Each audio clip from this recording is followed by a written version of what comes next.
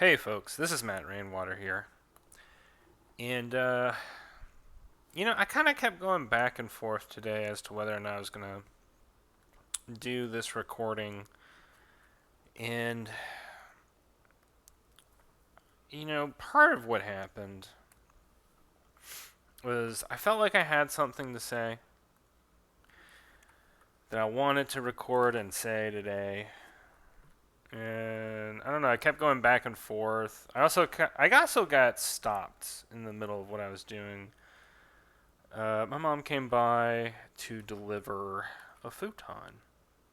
It was from my aunt. She was just trying to get rid of a futon, and I've moved into a new apartment here pretty recently, and I gotta fill up this space with something. And so I figured, you know what? I'll take this futon, and it turns out to be a very comfy futon. But that's not why. It's not really why I wanted to record this. But we'll get there in a second. I'm kind of going through the process, my thought process, which I think is also a creative process, right? I think, and I started all of this off in this way to talk about, what is a creative process really even? Why am I? I'm having a hard time drawing that here. I'll come back to it later. What compels me to record this video at like nearly 11 o'clock at night, right? Why am I doing this? It's not just because I got work I need to get done for Trailer Park Warlock, right? It kind of came to a point during the day today where I felt tired. I felt ready to just kind of call it in. It's a Sunday for me, and just watch a bunch of videos on YouTube, play Hades for an hour or so, listen to an album, look at some articles about new scientific discoveries, blah blah blah. Just usual messing around, not doing anything productive. But here's the trick. Here's the reality of all that. Even when you're not doing things that you think are productive, like, maybe you're not drawing maybe you're not drawing the panel that you need to be drawing, or you could be getting further on that painting you're working on, or maybe there's some vocals you could be putting in on that song that you've been noodling around on. And this is, by the way, just as a disclaimer, this is not like a I'm not like saying procrastination's a good thing, right? But I am saying taking a break is a good thing, especially if you're somebody who is working a lot, right? Because I'm sure a lot of you creative types out there, you're doing a day job. Um, you're you've got a life to live, right? Maybe some of y'all are married, have kids, all that stuff. It's hard to find the time to get your project made. And so you get into this hectic mindset where the thing that's, bugging you in the back of your head is, I got to get this thing done. I got to get this thing done. I got to get this thing done. And it's actually, that was my mindset throughout most of the day about doing this recording, because I just felt in the back of my mind, I feel like today's the day to do it. I have some panels that would actually work pretty well to do it, because they're spoiler free panels. They're not they're perfect for these kinds of videos, and it would get me further ahead in making Trailer Park Warlock, which is important for me, so I can be relatively on time in regards to my production schedule for Trailer Park Warlock. But nevertheless, I just kept putting it off. I kept putting off the recording. I used that whole thing with my mom coming by to help me, move a futon. as an excuse, and I went grocery shopping, and then I made dinner, and then by the time I had done all that, I was like, maybe I'm done for the day. I'm gonna watch. I'm gonna watch some videos, and then one thing leads to another, and you don't do the thing, and you go, okay, well, I'll just do it another day. Well, an interesting thought came to my mind, right? I'm moving the microphone here. Hopefully that all that I said previously was audible. If not, I'm sorry, y'all. Um, anyway, where was I? I had a thought, right? And the thought was sort of what I was thinking in regards to the creative process is it's almost it's oddly almost a bodily urge where in the back of your head there's this thing you want to do and you want to make that you want to it's almost like having to go use the bathroom in a way. Maybe this is an odd analogy, but this was the thought that came to my mind is sort of like the creative process is almost that kind of urge where it's just like I really gotta I gotta do this thing at some point. It's coming. And you feel it in the back of your head, or you feel it just in your bones, where it's just like I gotta make this thing. I gotta do this, one way or another. And going back to what I was originally saying about taking that moment to yourself, or moments, right? Taking that time to yourself. That's where you kind of fill out, you're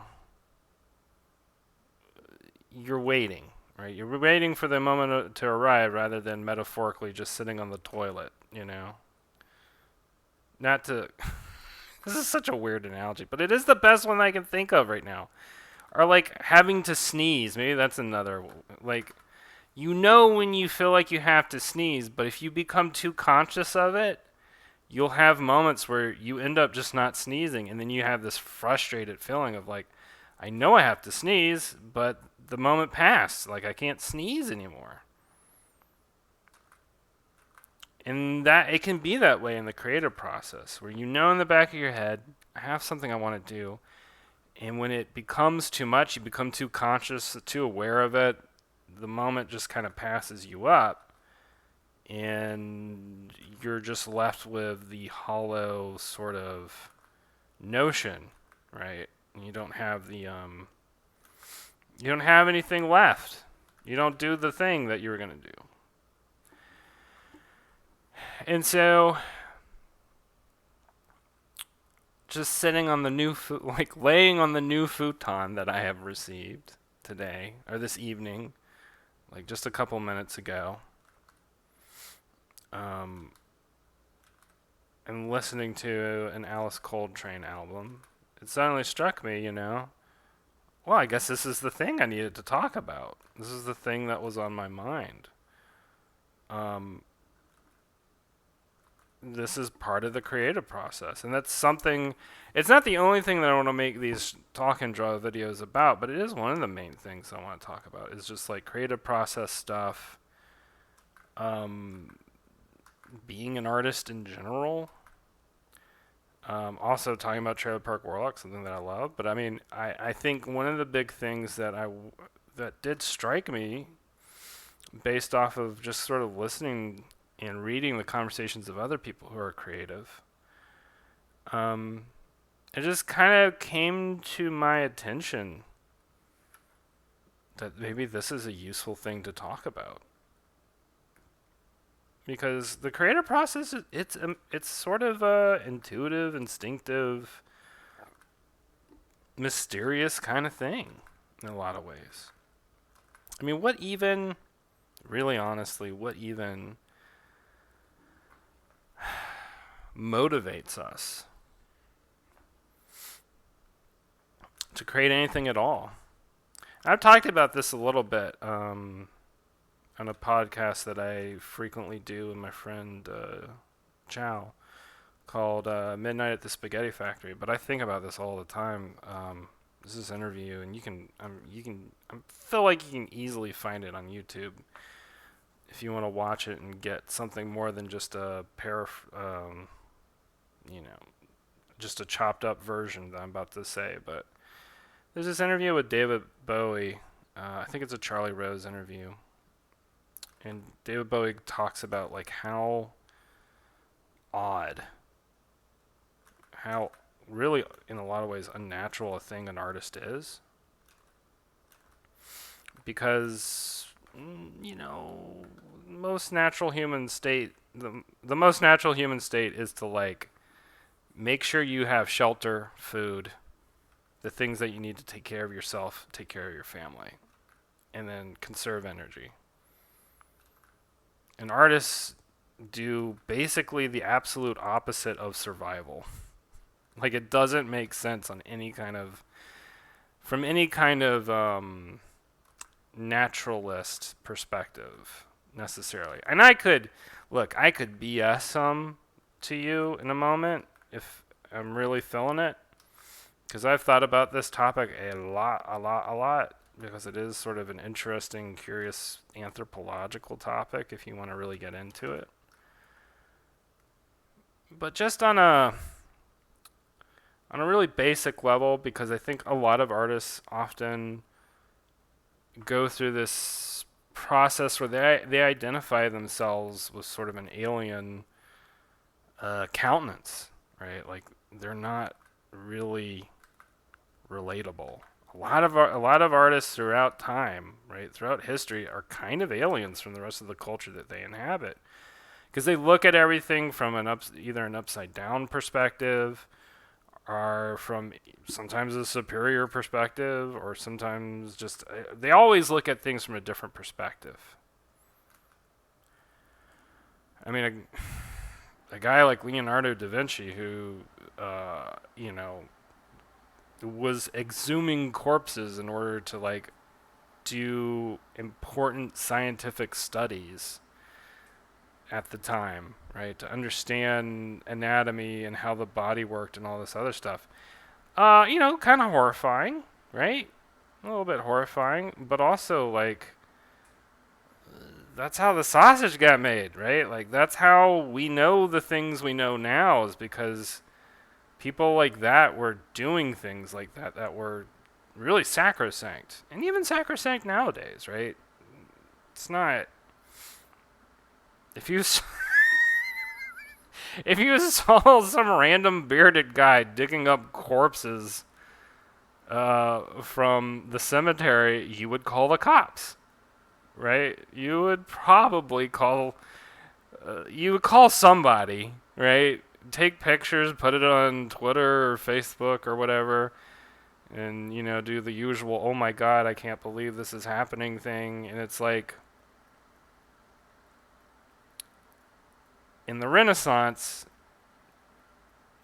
people needed to understand new things, or at least Leonardo da Vinci did. He wanted to understand things other people weren't necessarily asking at the time. And the way a lot of that knowledge had been learned in the past was through equally sort of morbid ways. I mean, the Egyptians had some amount of understanding. Ancient Egyptians had some amount of understanding about the body, its decomposition, all that stuff. It didn't just come about from like, they got a commission from the pharaoh, like, hey, when I'm dead, I need you to preserve my body. Like, they messed around with some bodies, some dead bodies, to learn all that stuff. I don't have evidence of this. Just logically, if you think about it from any sort of narrative perspective, if you put yourself in the position of the people who were going through that, you go, oh, okay. If you're in that situation, like, you gotta do some trial and error. This is getting a little bit in the weeds, I understand. This is not a conversation in which I'm trying to I'm not trying to like convince y'all to dig up corpses. That's not That's not what I'm trying to do here. I'm trying to use an example. I'm trying to make some kind of an example or some kind of analogy to sort of give you an idea of like the creative process, the discovery process. It's messy. It's really messy. And sometimes you have days, or sometimes you have hours, or sometimes you have minutes where you're just not really doing a lot. Or you're doing something totally else. Or you're making mistakes and just going into, the uncharted territory that you really didn't want to get into, that you weren't prepared for. And there's going to be some broken eggs to make those omelets. There's going to be some mess. But that's how it's done. I mean, really, ultimately, that's how it's done. I think oftentimes when we're learning how to make new things, when we're learning to become better artists, when we're starting just on that path, we think, oh, it must just be so easy when you're a professional. It just flows from you. And, well, sometimes it does, but uh, a lot of times, an artist is sitting there just trying things over and over again, seeing if something will click. And if they're not doing that, they might be in a plateau period. They might not be, they might not be moving in the direction they need to move. It's not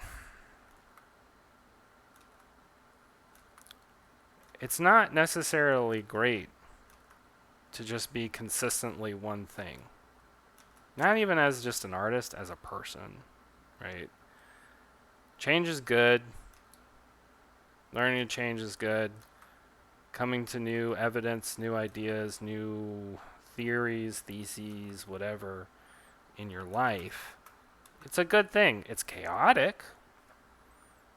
It can often come at unwelcome times. When you learn something that isn't convenient to yourself or to your surroundings or your family, when you learn some new truth or get some, even just like a hint of the truth, of a new truth that really shakes your worldview up in such a way that you don't necessarily agree with everybody around you, and then you go through the whole process of, well, how am I going to talk about this with the others, the rest of the tribe? Will they accept me anymore? I've been there. I'm sure a lot of y'all have. I grew up in a very religious household, and I was very devoutly religious for a long time, and I came to this moment where I was sort of falling out of it, and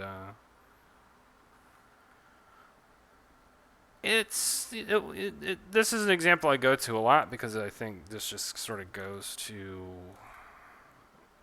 that, what I'm trying to get at, and the reason why I even bring all this up is just talking about sort of that moment of alienation, right?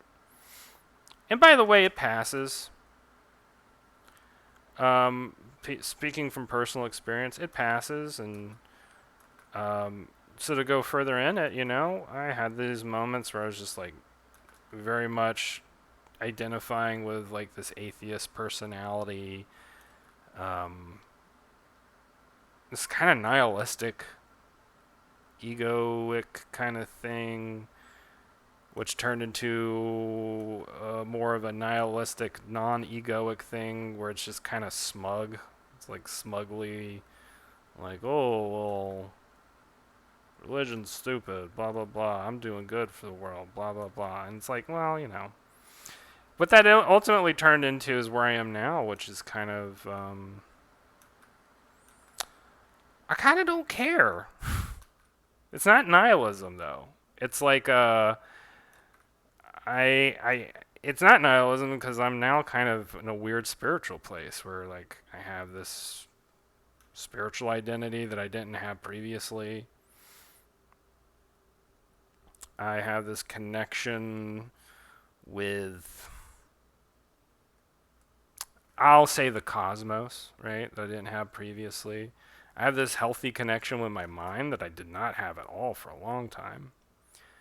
And all this is to say that, like, it also changed the way that I identified with myself as an artist.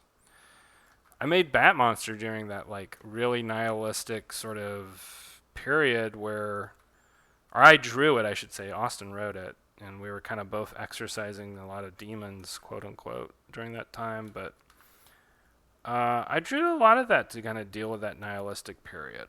And it was good, and I kind of looked at that nihilistic period as sort of this almost alchemical process where I was just going to break everything down for myself mentally and find out what I would see on the other side of it. And I found it. It was rough, but I got through it. And this is where I am on the other side of it, right? And that's sort of going into that messiness, right? That's the artistic process. if you're doing it with any kind of intensity, I guess. Anyway, let's get back on track, right? This is not like some kind of like auto bio thing. I really am trying to use this as an example to sort of talk about how to deal with that alienation, and part of dealing with it is just going through the process of it. As much as it sucks, and as much as it feels weird and painful and uncomfortable, just go through that process. There'll be something on the other side of it. You will have moments of discomfort with friends and family. You may meet people who you think you relate with and are cool to you at the time, and then later on turn out are like totally horrible. You may come to terrifying revelations about your own inner life and how it relates to the inner lives of the rest of the world around you, and you might find yourself this is not a Talking Head song, I swear. You might find that you're more different than you realize, or you're not as different as you realize. And each step of that way, you'll come a little closer to the truth of your life. And that's the process. And this is sort of what I'm trying to get to. The thought that occurred to me when I was on the futon earlier, that got me up off of the futon and coming here to record, is the thing that I really want to say in this recording. The whole reason I even wanted to do this recording in the first place is, for me, the way I feel about art and the way that I want to talk with people who want to make art, the thing I want to say to them and the thing that I say to myself, the thing that I think is just the most important thing in the world if you're going to make art, is that you say the thing that only you can say. That's it. Say the thing that only you can say. Whatever process that you say it through, right? Whether that's through comics, through music, through just drawing, through performance or sculpture, or there's a million other ways to do it, right? Everybody has their way. Whether it's streaming on Twitch, I've seen a lot of very interesting, very personal, very original individual ways in which people express themselves on Twitch or TikTok. Or actually, I'm lying. I don't watch TikTok. I don't have TikTok on my phone, but Twitch I do, and I do a fair amount of observing on Twitch. But there are many, many, many, many other ways of doing it, right? Find the one that fits you and do it, And maybe it isn't maybe it doesn't fit the usual rubric of artistic expression. Maybe it doesn't look like, typically what people call art.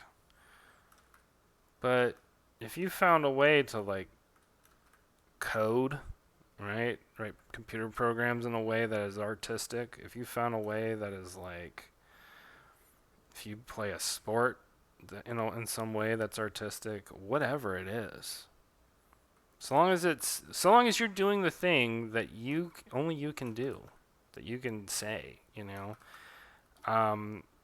maybe this is a naive sentiment. I don't think it is, but I think that we all exist for a reason that only we know. And that's a very mystical thing to say, right?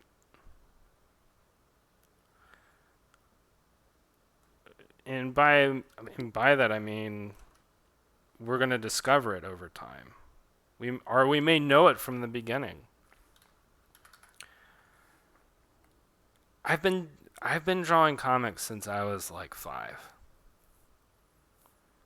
And I tweeted about this some months ago, and it's a tweet that I think I liked it a lot because I thought it was very thoughtful, and so I'm going to try and paraphrase it a bit. But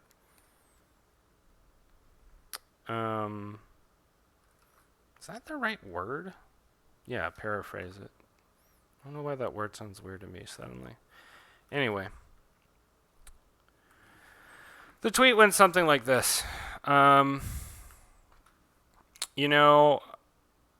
started drawing comics at 5. Just like a couple of strips or whatever. And 4th grade, I drew like maybe a comic. 5th grade, I was drawing like a bunch of 13-page comics. Middle school, I was drawing epics. I was drawing these 24-page like mini-series. And then high school came along, and suddenly I wasn't drawing comics at all. And then I was like, I'm going to design an RPG. Because like I really got into stuff like Final Fantasy and, JRPGs like that. Like Xenogears was a big influence on me at the time. And then college came around, right? I didn't draw any comics until I started art school. And then suddenly I got really back into drawing comics. And after art school, I drew my first book. It's the first time I had drawn like like all together, like a story that was 160 pages long. That was Garage Raja. And then with my friend Austin who wrote it, I drew like 700 pages. And then from there, like I've drawn like 2,000 pages. So I say all this because I always kind of knew in the back of my head that I was good at doing this in some way. I was good at telling stories in this way. It came very naturally to me. It was never something that I doubted or questioned. It was just always there. It was just kind of part of my life. It was a way that I could express myself. The only times I ever had doubts was like, how can I do it well, right? I had doubts about whether or not I'd ever be able to draw well. And I still have doubts about that sometimes. I still have times where I'm like, can I even draw that well? Because I start comparing to other people's work and I start thinking, I don't know, I'm not that great, whatever. This is usual crap people go through. But my point is like, I think a lot of people have that thing. Either they've done it since they were a child, or there was a particularly momentous period in their life where they realized there was something that they did that only they felt like they can do. And that is super important. And if you're having a moment in your life where you feel lost in some way or you're not sure about where you're going in your life, pay attention to the things that you do that come automatically or that come without question. You know, like, oh, I can do that. I do this all the time without even batting an eyelash about it. Because that's probably the thing that you were born to do.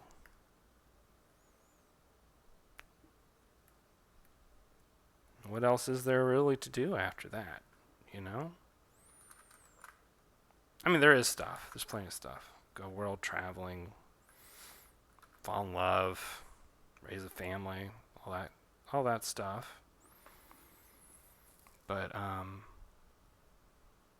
I'm not even talking in regards to a career, you know. I'm just talking from a point of view of like, what do you know, the thing that you want to do that you feel like you'll leave to the world when you're gone, right? And that's kind of, you know, it's a heavy thing to say. I'm not gonna lie. There's a lot of gravitas in that statement. It's a little bit much. But at the same time, I think that's important. And I think when people feel like they're lost, it's because they don't have a sense of that. They don't have a grasp of what that thing is for them. And so, if for some reason you're out there and, like I was saying, you're feeling that sense of loss, being lost, right, or not certain what to do with yourself, like I said, look at the things that come naturally to you. Look at the things that you're not having self-doubts about, and stick to that road. And at the same time, it's okay to get lost, because you never really know what you're gonna find in those woods, right? So anyway, I'm gonna leave y'all with that, and I hope y'all are having a good day, good evening, wherever y'all are, whatever you're doing. And if you have any questions, please feel free to leave them in the comments. Questions about art, questions about the story of Trailer Park Warlock, questions about my sanity, whatever. All right. Y'all have a good one. I'll talk to you later. Bye.